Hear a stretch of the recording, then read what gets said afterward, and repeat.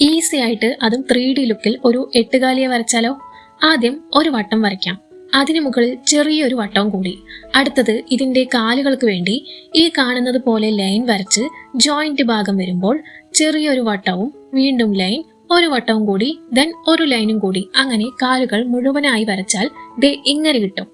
ഇത് നോക്കി നിങ്ങൾ എല്ലാ കാലുകളും വരച്ചോളൂ.